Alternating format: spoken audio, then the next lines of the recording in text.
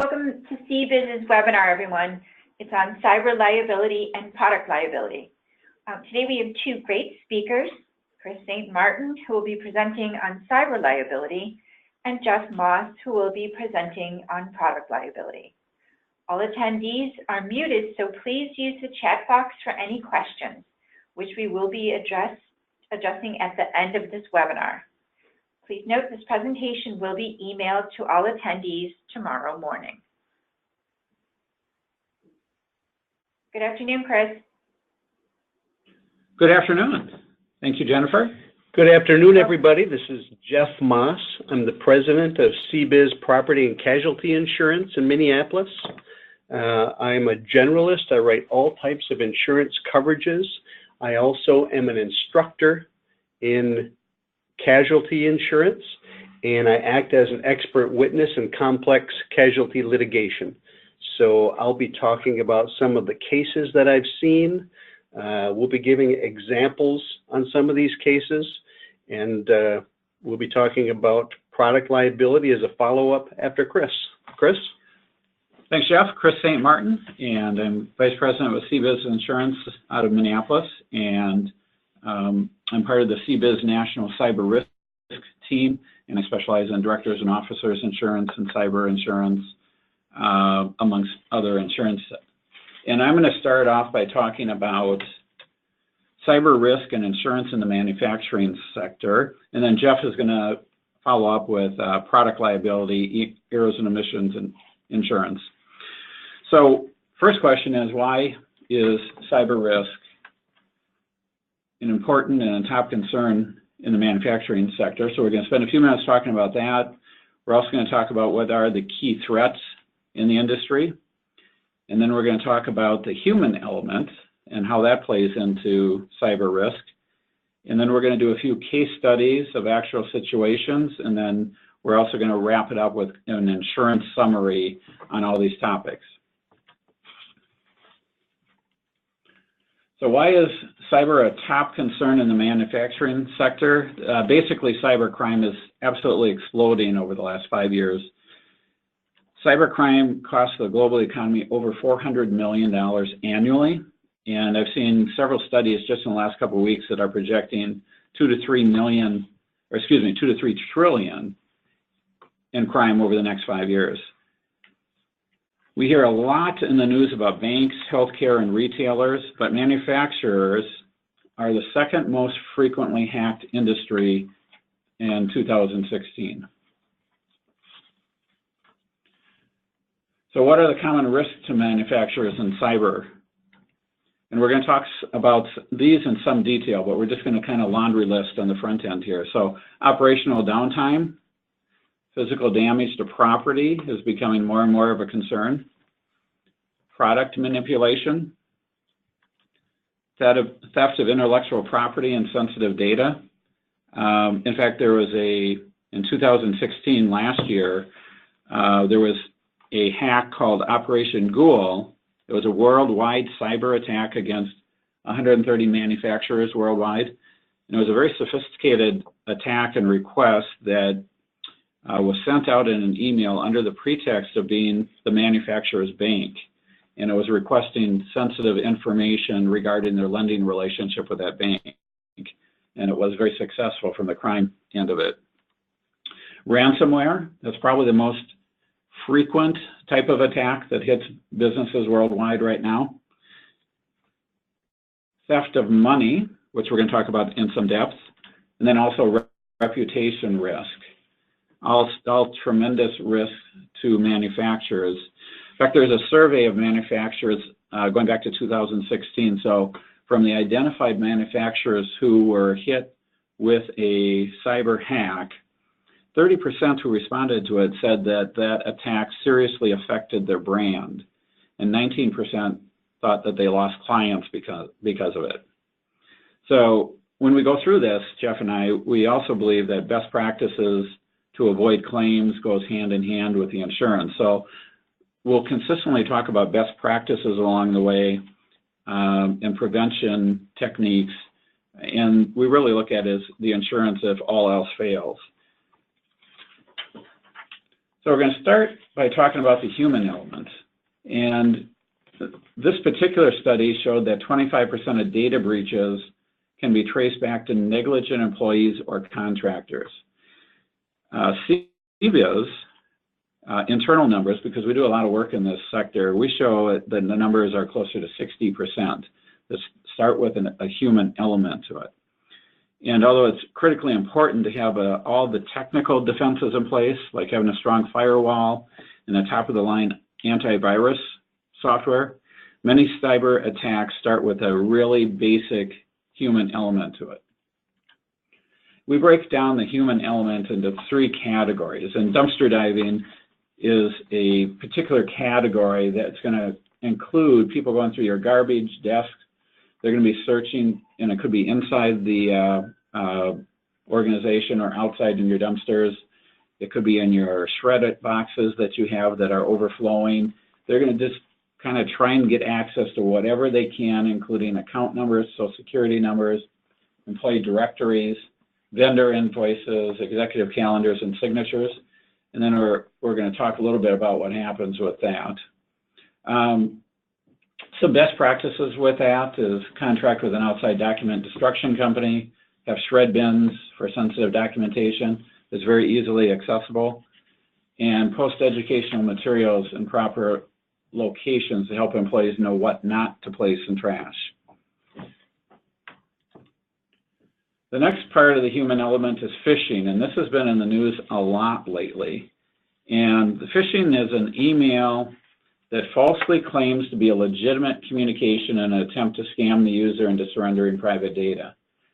And the email phishing can provide outside parties an entry point to sensitive information.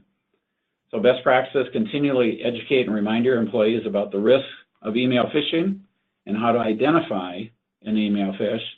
Deploy email scanning software and test employees by performing email phishing tests periodically.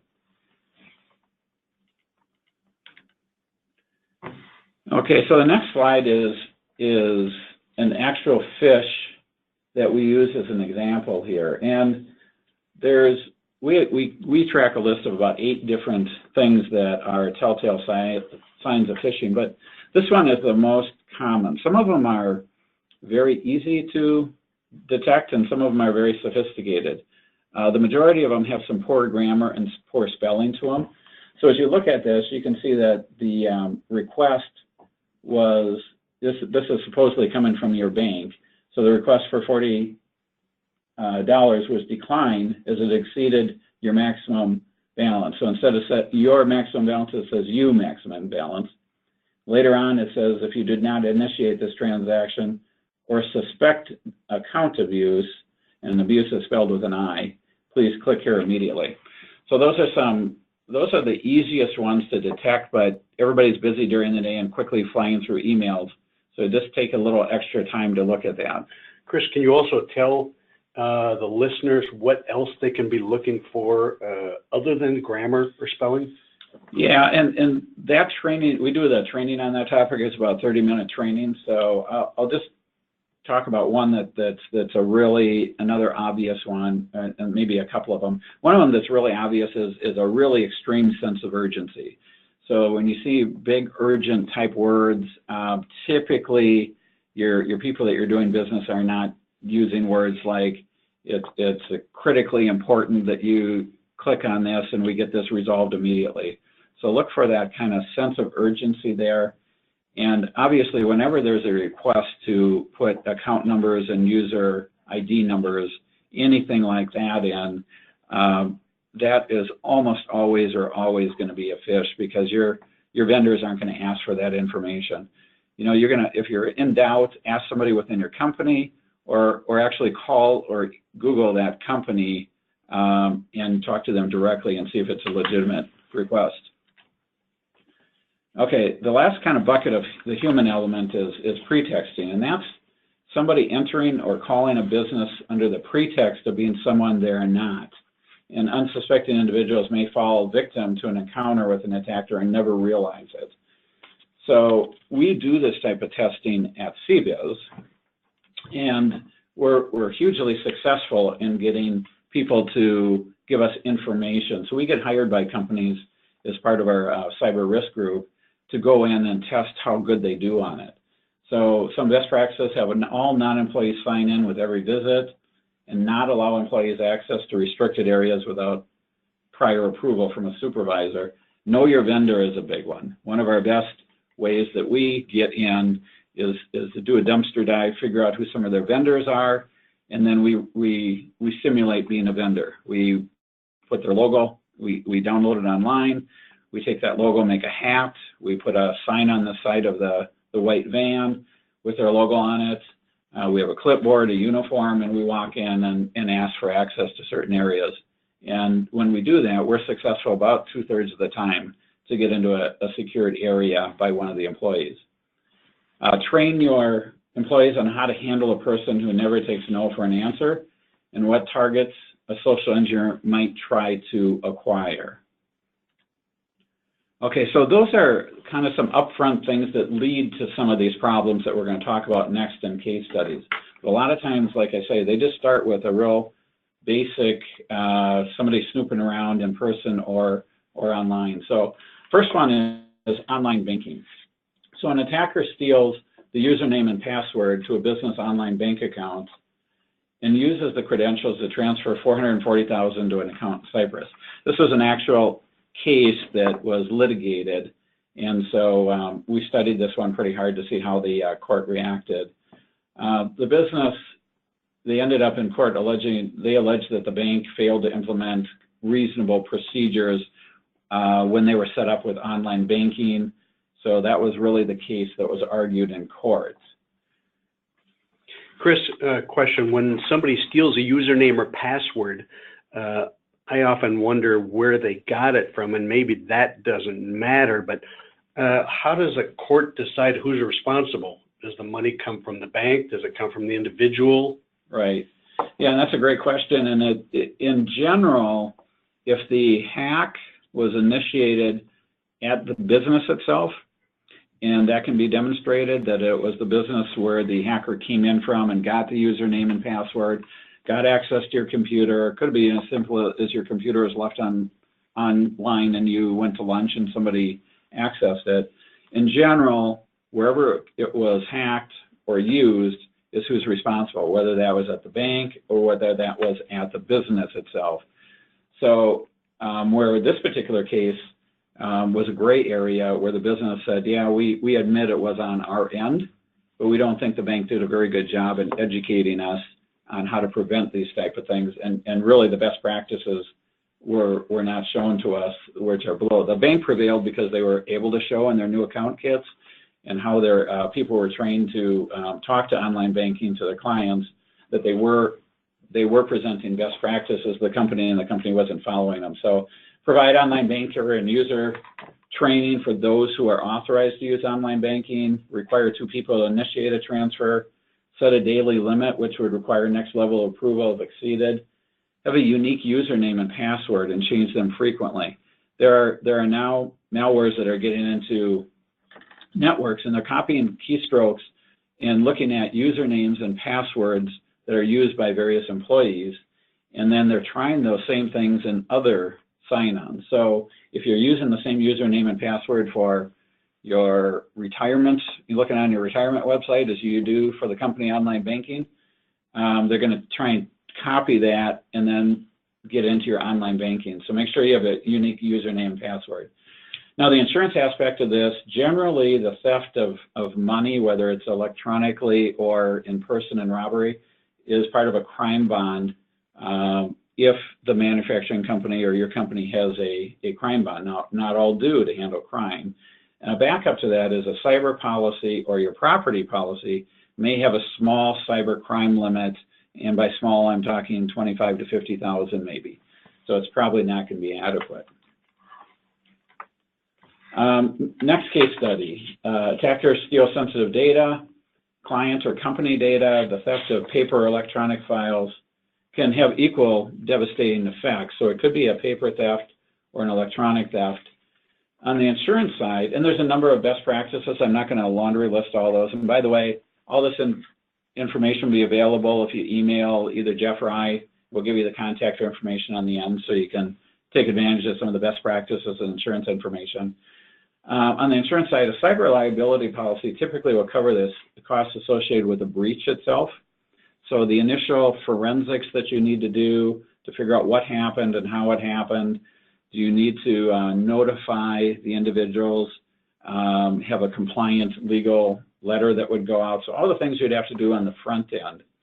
A manufacturer's property policy itself generally would only cover for the theft of physical equipment and maybe some small amount of as we talked about, theft of money electronically. So that's not generally where you're going to look for in a data breach. Some recommendations, is to get a cyber policy for this type of a thing, but also include coverage for lost data by a vendor. If you work with a vendor that holds some of the information that you partner with, check for cyber liability policy for procedure requirements that, for example, that if you have portable equipment that they need to be encrypted for coverage. Next slide is data breach, owner, company, and executives litigation. So after a data breach happens where there's some information, critical information stolen, you get through the data breach, you may have even some litigation going on for that breach against the company itself. But then we're seeing a number of suits that are going against executives and boards and management of companies that are from different parties that are saying, you caused us harm.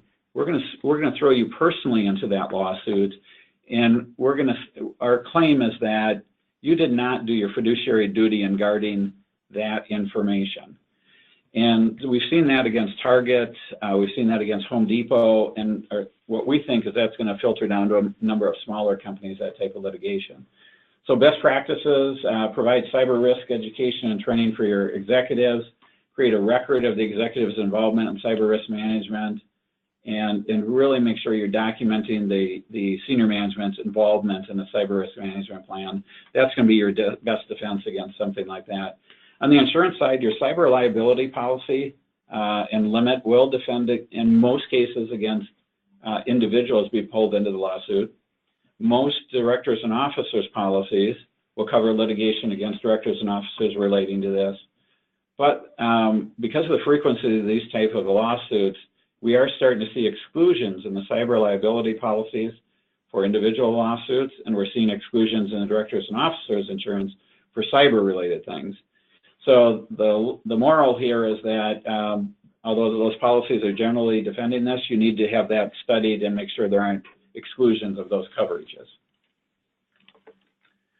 Ransomware is a big one right now, and the first one is, there's kind of two parts to that. One is ransomware by encryption. So that's where somebody does click on something in the phishing, either in a link or in a attachment, and then you get a malware or a malicious software into your system.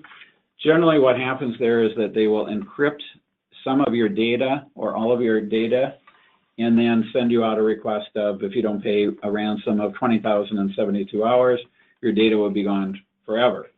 Now I think this one is high volume right now and it's generally low amounts. Eventually the big prevention here is going to be frequent backups. So if you backed up all your online data, your network data within the last hour, there may not be much you would lose, and you can go back to your backup. Also, best practices, employee training on clicking links and opening documents. Install patches timely on your operating system. There's been some big ransomwares that took advantage of holes in the operating system. Insurance extortion for this type of thing is an option in most cyber policy. We always try to push the deductible down as low as possible. Some of these demands are very low. They can be $300 to $500. And then a couple of other things. The carrier needs to agree before a ransom is paid if you have this type of coverage. And do not disclose you have insurance because that can void your insurance coverage. The second type of ransomware is theft of sensitive data. So they get into your system, they get a piece of highly sensitive data. This could also, by the way, be a physical piece of paper that's laying around your office. But if you picture, what would be the worst case scenario for something that your company is holding on one of your clients, And if that got out and a threat that we're going to put that on the internet, could be a business practice, a manufacturing process, personal information, what would you be willing to pay? And that's how these ransomwares are going to look at it. So again, best prevention practices, spend time identifying highly sensitive data, secure highly sensitive data. So figure out what could really harm you, make sure it's very secure, and then limit the access of employees to that. The insurance is the same as the previous slide. That's the ransomware that can be included for ransom. It could be included in a cyber policy or in a crime bond section that might have some ransom coverage. Okay, so in summary, and I'm not going to run through this whole page, insurance coverage for cyber attacks. I'd encourage you to try and get a copy of this from us. But this becomes your starting point to just go down the left side of it for the various risks that we talked about and some we didn't talk about, and say, okay, I want to go back to my policies, which are in the middle section. Do I have the policy that's going to provide that basic coverage? And then within that policy, do I have the coverage part that offers that within the policy? So this gives you a starting point to kind of go through your own policies. When we review policies, this is our starting point, and then we have 50-point checklist that's behind this, but the starting point is, do you have the coverage or not? And if you don't, there's nothing to review. And then behind that, either have a good experienced insurance person in this area, and first make sure you have the coverage, and then start digging into, do you have the right wording and terms and conditions within that? Do you have the right limits and so on? So with that, I'm going to turn things over to Jeff, who's going to dive into product liability and errors and omissions. Thank you, Kris. First, we're going to talk about product liability in the manufacturing sector, and we're going to discuss on page 18 what product liability is. We're going to talk about different risks that you face in product liability and what could cause a suit or a claim and how to avoid those things. We're going to talk about some loss examples, which we are calling case studies. Again, as an expert witness, I see a lot of different kinds of exotic claims, and we'll talk about a few of those. And then we'll talk about an insurance summary. If something is not covered by product liability, what coverages should you have in place? So back to the top on the same page, what is product liability? Product liability is a pretty broad term, and in some of these loss examples, I hear people talk about damage that was done or that was caused by the use of their product, and I hear them say, I have product liability, I must be covered. Well, I'll show you where maybe half the time product liability is the correct coverage, and the other half, there are a number of other coverages that you should have. So let's go to page 19. What is product liability? First of all, product liability insurance does not offer coverage that is as broad as it sounds. It doesn't cover any liability that's done through the use of your product. It only covers you for bodily injury or property damage that is suffered by a third party that's caused by the use of your product. And that's whether it's used correctly or not correctly. We'll discuss some of those losses that are not covered. Financial harm to a third party. Again, you have to have bodily injury or property damage for product liability to address a claim. So just a third party being financially harmed is not covered here.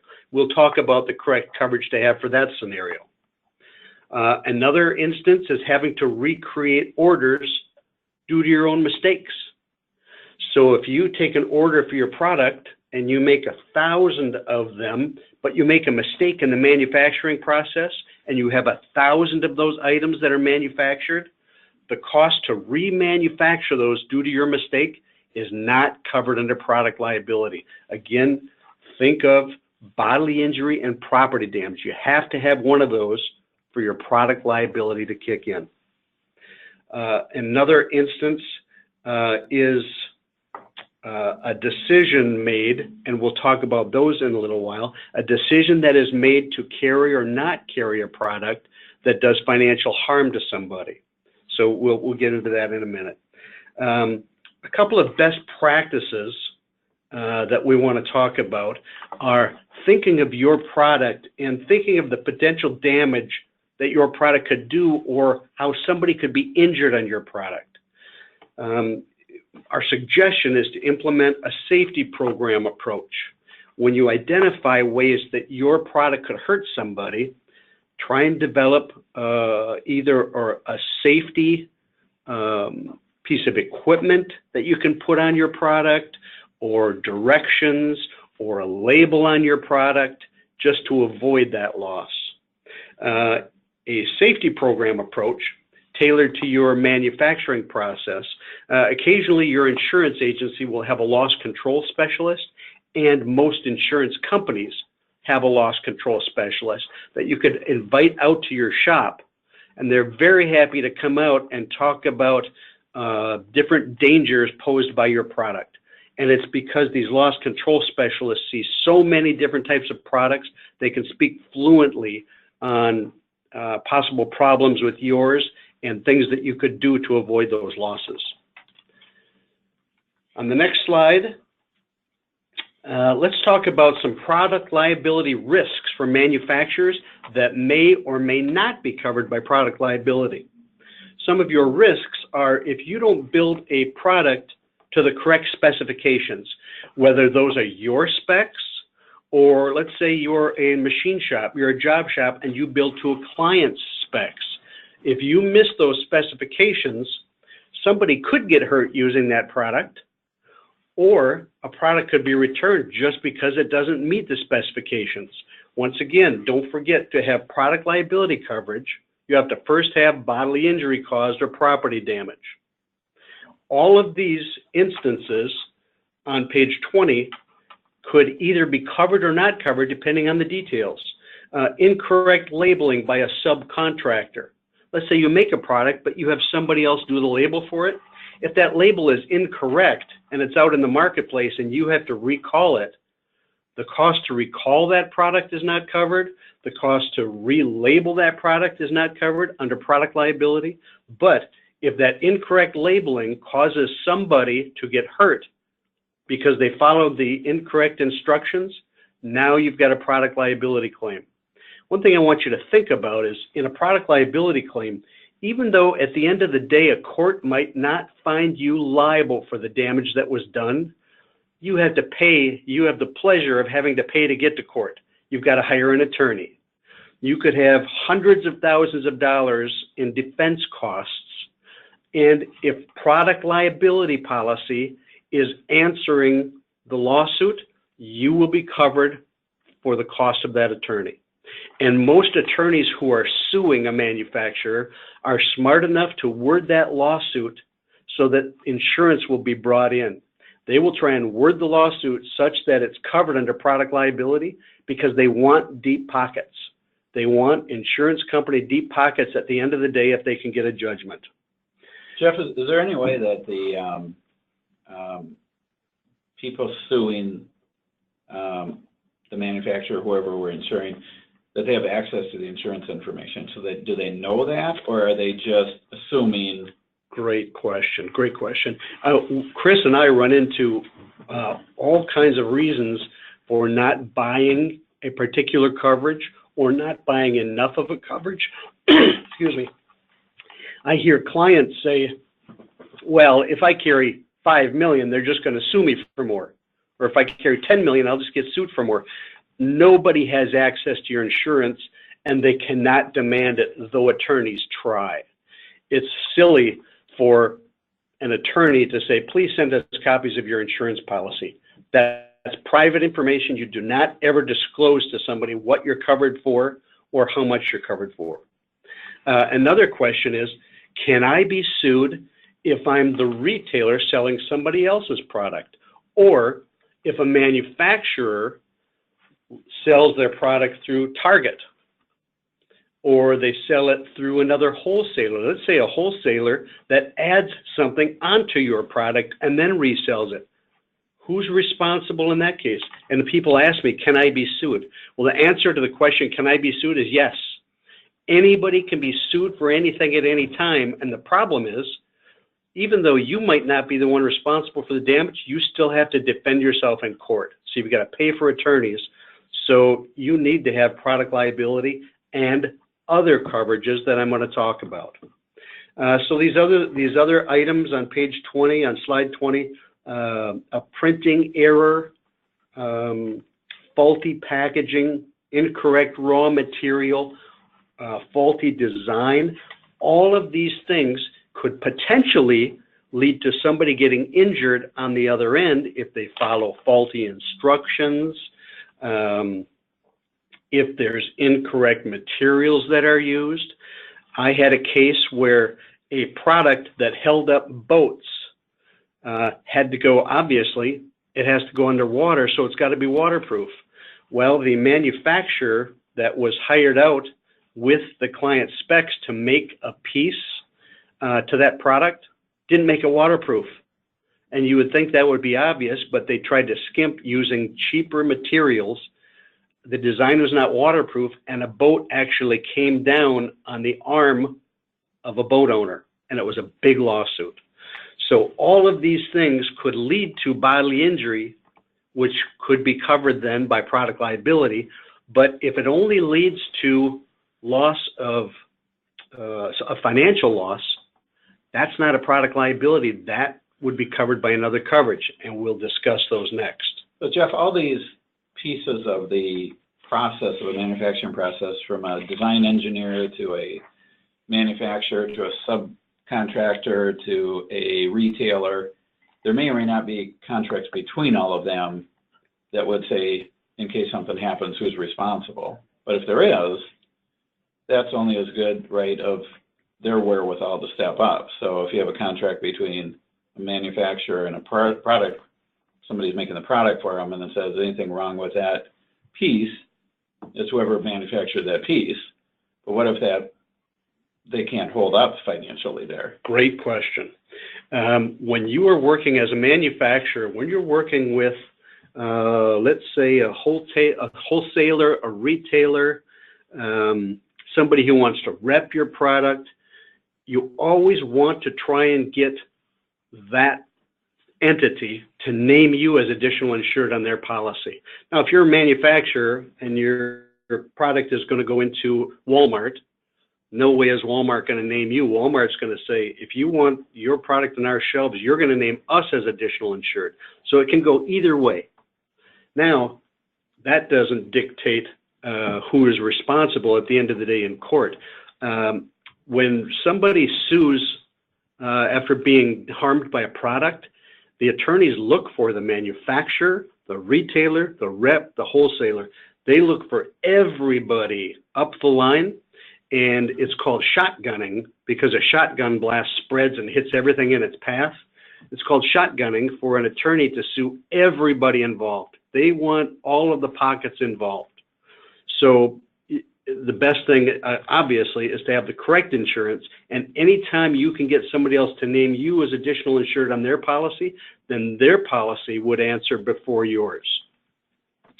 So next slide, let's look at some examples, and I call them product gone wrong. The first one, client uses your manufactured armchair as a ladder to reach something and is critically injured in a fall. The armchair wasn't meant to be a ladder. Somebody gets hurt on it and they sue the manufacturer of the armchair because it flipped over.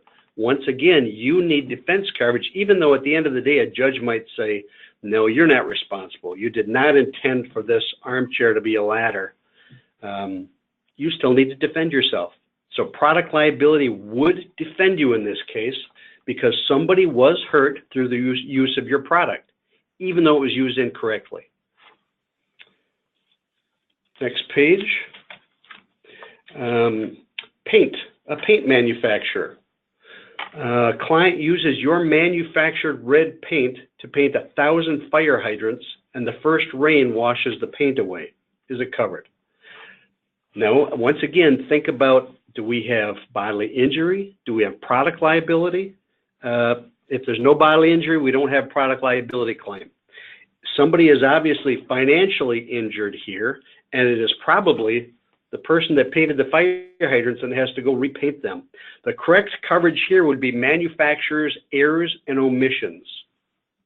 Now, product liability, when you carry an insurance package policy where you insure your property, you have a coverage called general liability. And general liability has 6 different coverages, one of which is product liability. So product liability is just included in your general liability, and I would say probably 99 to 100% of the people listening on this webinar carry general liability. The only time you don't have product liability in that case is if you manufacture a dangerous or a hazardous product, or you've had some very large product liability claims in the past, then product liability can be excluded from your general liability. In that case, you have to go to an agent and buy a specialty product liability policy that's a standalone policy, and they can be very expensive. Separate policies like manufacturer's errors and omissions are not included on the coverage that you normally carry. This is a specialty policy, and it is something that I would say less than 10% of the people on this webinar probably carry. Very few people carry this coverage until they have a claim. Manufacturer's errors and omissions will cover a mistake that you make in the manufacturing process that causes somebody financial harm. It doesn't hurt anybody and it doesn't damage their property, but it costs them money. Manufacturer's errors and omissions coverage could cost somewhere between $2,000 and $10,000 depending on your size, and that's an annual cost. All right, next slide. Next product gone wrong. Let's talk about product recall. A government agency randomly tests your food product and finds a trace of a contaminant that should not be there. All right, this is one of an example that I witnessed with a client. They made a condiment that you would find in your refrigerator. And in another state, a government agency just randomly tested their product and they found a small amount of a bacteria called Listeria. And that government agency came to this client and said, you've got to recall every piece of your product that's out in the marketplace. And typically, food manufacturers will have lots that they will identify. So if something's wrong with a certain lot, they know where that lot is and they can go out and get it. But in this case, the government agency said that bacteria could be anywhere in your shop. We want to recall all the product you have out there. Well, you can imagine the massive cost to go out and get that product, to advertise for that product and let people know not to consume the product. And this client actually bought $1 million of product recall. I sell product recall to everybody I insure that is any kind of food or beverage or additive manufacturer. Unfortunately, not everybody wants to buy as much as they should buy. So this person actually had $1 million of coverage. Their claim went over $2 million. You can imagine what that could do to a business. Now, product recall is a very complicated coverage. The cost of it, and you don't have to be a food manufacturer. I want you to think about car manufacturers. You see product recalls all the time where there is an accident caused by a certain part that failed on a vehicle. They recall all those vehicles to replace that part. If whatever you make has a piece of it that fails and somebody gets hurt, you might have to recall every single product like that you have in the marketplace. You can imagine the cost. And again, being a complicated coverage, you should take notes on this because here are the things you need to insure for.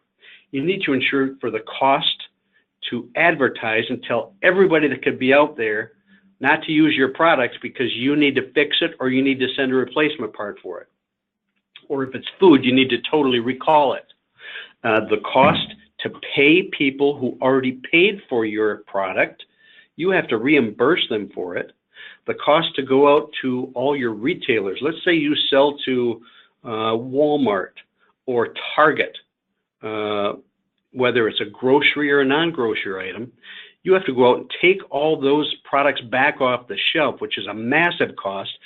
And if you have a contract with Walmart, they're not going to be very happy if you just take your product off the shelf without replacing it. So now you've got an additional cost to replace that product. So it's not only cost to recall, but cost to replace and then to destroy all the bad product. Now think of if you have a ton of product on your shelves that has not been sold yet. You've also got the cost to replace all of that product and any profit that you lost.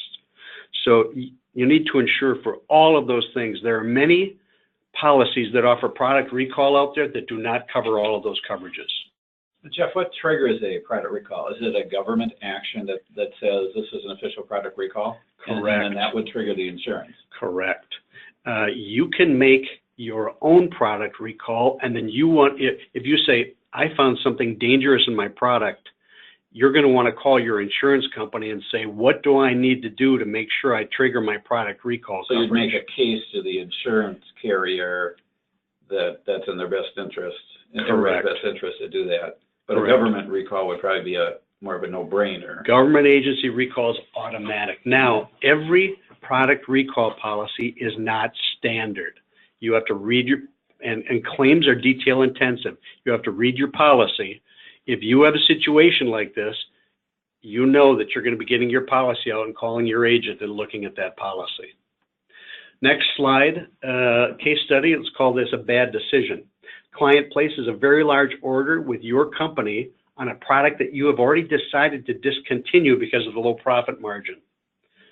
You might face a financial loss, but not a bodily injury. This is not covered under product liability.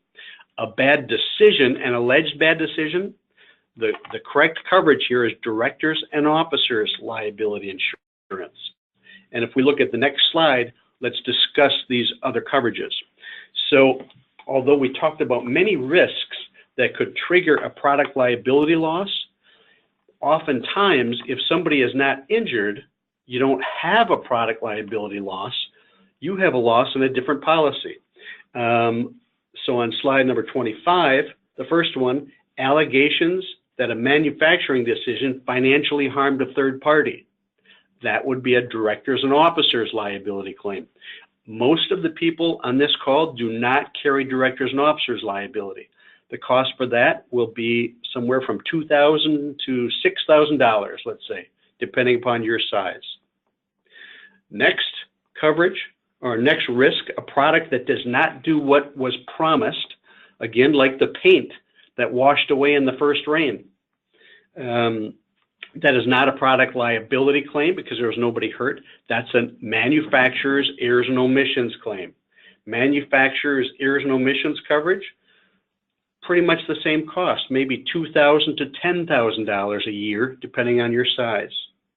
And last, products recall is not covered on product liability. Products recall coverage could be anywhere from $3,000 to $20,000 and up, depending upon your size. My suggestion for you is talk to an agency that specializes or that writes insurance for manufacturers, because these coverages, directors and officers, errors and omissions, and products recall are very complicated coverages. And you could buy a policy that might cover a fourth of the things we just talked about. You need to get an all-encompassing policy, and at least, I always say, get a quote on these so you know what you're saying no to. Get a quote, get a price on each of these, and then you can make your decision. So I will wrap up the product liability on that note, and we can entertain questions. Yeah, absolutely. So just one thing, since Jeff was talking about pricing, going back to cyber liability policy, cyber policy, most of those policies are going to be between $3,000 and $10,000 too. Again, not terribly expensive coverage right now in the market. And what Kris and I do, we write these coverages every day as insurance agents, but we also act as consultants. Certainly, if any one of you want a copy of this webinar, please contact us and we'll get you a copy if you want anybody else to see it or to read it. And if you have any questions, we'd be happy to just answer any questions. Okay, great. Well, We're gonna see gentlemen, if so we have- far, it looks like you've been so thorough. We have only one question, which is actually a request for you. Okay. Mark Lyle is giving us his email because he would like for you to send him some information. Great. Terrific. We'd be happy to. Once again, anybody here, if you have a question after the fact, your questions typically, this is pretty quick to come up with a question. They pretty typically will come about 5 or 10 minutes after the webinar ends. So please don't hesitate. Our contact information is listed on the slides. And if you write down right now, it's up on the screen. And please don't hesitate to call or email Kris or I with any questions and any requests for information. Thanks everybody for attending, and please don't hesitate to contact us. Thanks. Have a great day. Thank you.